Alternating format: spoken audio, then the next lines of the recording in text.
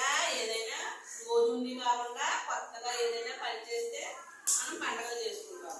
మొన్న చేసుకున్నామా? ఏం పండుగ చేసుకున్నామా? దీపావళి చేసుకున్నామా?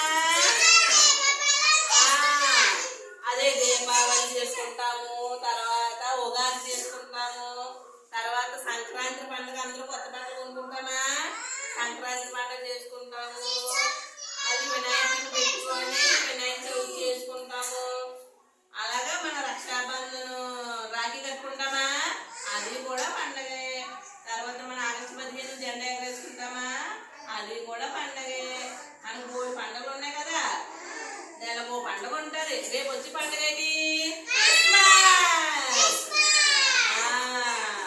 క్రిస్మస్ పండుగ రేపు. ఈ నెలలో మనం క్రిస్మస్ పండుగ చేసుకుంటాం 25వ తారీఖునే.